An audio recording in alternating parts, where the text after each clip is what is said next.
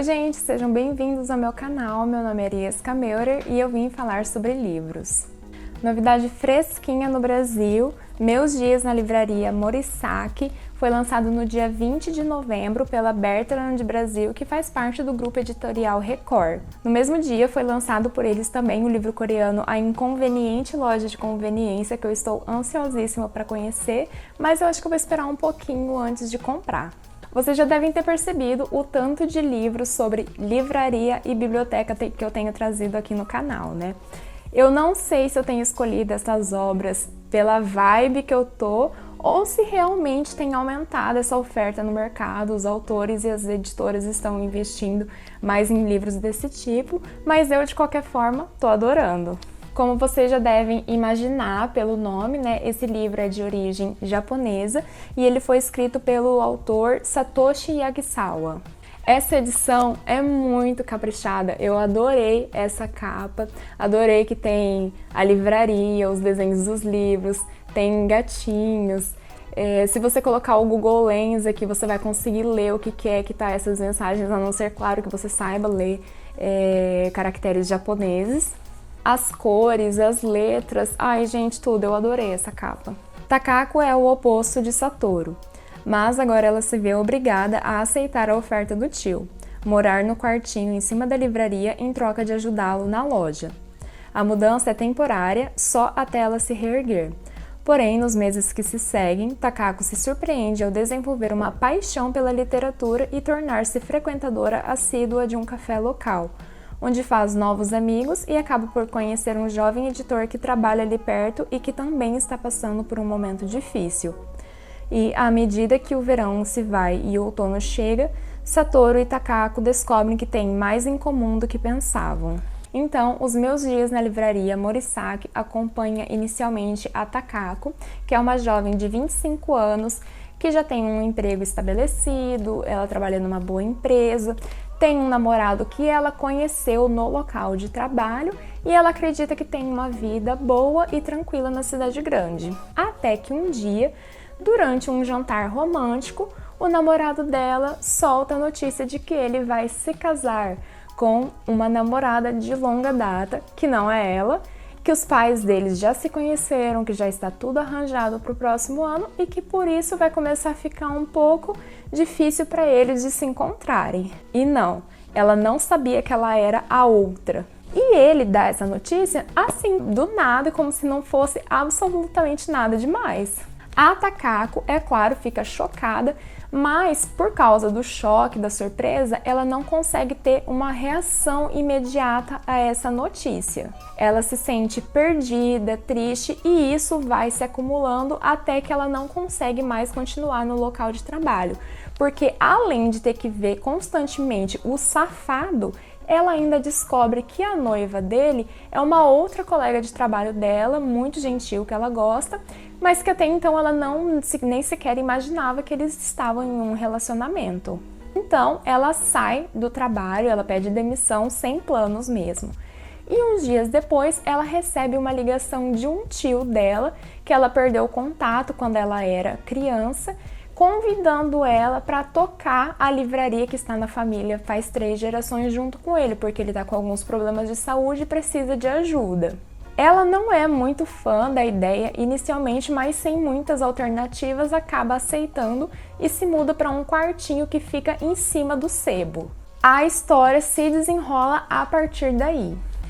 Esse livro aqui, eu posso dizer que ele é ótimo para quem gosta de livros, gosta de literatura. Explico. A Livraria Morisaque é um sebo especializado em livros de literatura contemporânea japonesa. Bem específico, né? Pois é, acontece que essa livraria fica situada em um bairro chamado Jinbocho, que, segundo o Sr. Satoru, é a maior zona livreira do mundo.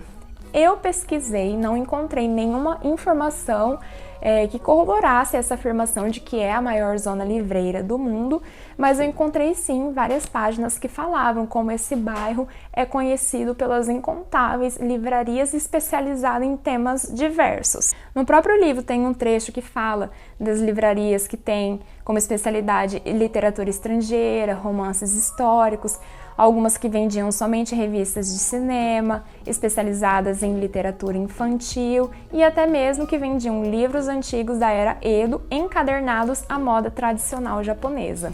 Além disso, eles citam vários autores japoneses que lá são muito conhecidos, mas que às vezes a gente não tem muito contato. Eles citaram inúmeros livros e autores que eu não havia sequer ouvido falar, mas alguns também que inclusive eu tenho em casa. Por exemplo, eles falam do Junichiro Tanizaki, que é o autor desse As Irmãs Makioka, e o Natsumi Soseki, que é o autor de Coração. Esses dois eu tenho aqui. Mas eles citam assim muitas obras novas, muitos autores que eu mesma não conhecia. Quando a Takako nasceu, o Satoru, que é irmão da mãe dela, estava ali naquela fase entre adolescência e ser jovem adulto. E na infância dela, eles eram muito ligados, então eles sempre estavam brincando juntos, fazendo expedições, eles eram muito vinculados. Só que como a Takako foi crescendo, virando adolescentes, eles acabaram se afastando e perderam o contato. Depois que ela se muda para o quartinho de cima e começa a ajudar na livraria, eles voltam a conversar, a se apoiar e vai voltando a ter aquele vínculo afetivo que eles tinham muitos anos antes, mesmo que agora eles sejam completamente diferentes. Claro que várias coisas vão acontecer, do decorrer da obra, mas não tem por que eu falar, porque senão ia estragar a experiência de leitura de vocês. E só observando que o que eu falei até agora não é spoiler, é a premissa realmente do livro, então podem ficar tranquilos. Nos primeiros capítulos, eu confesso que eu tive um pouco de dificuldade para engatar na leitura, até ali na página 25, mais ou menos, porque eu não consegui me relacionar com a Takako.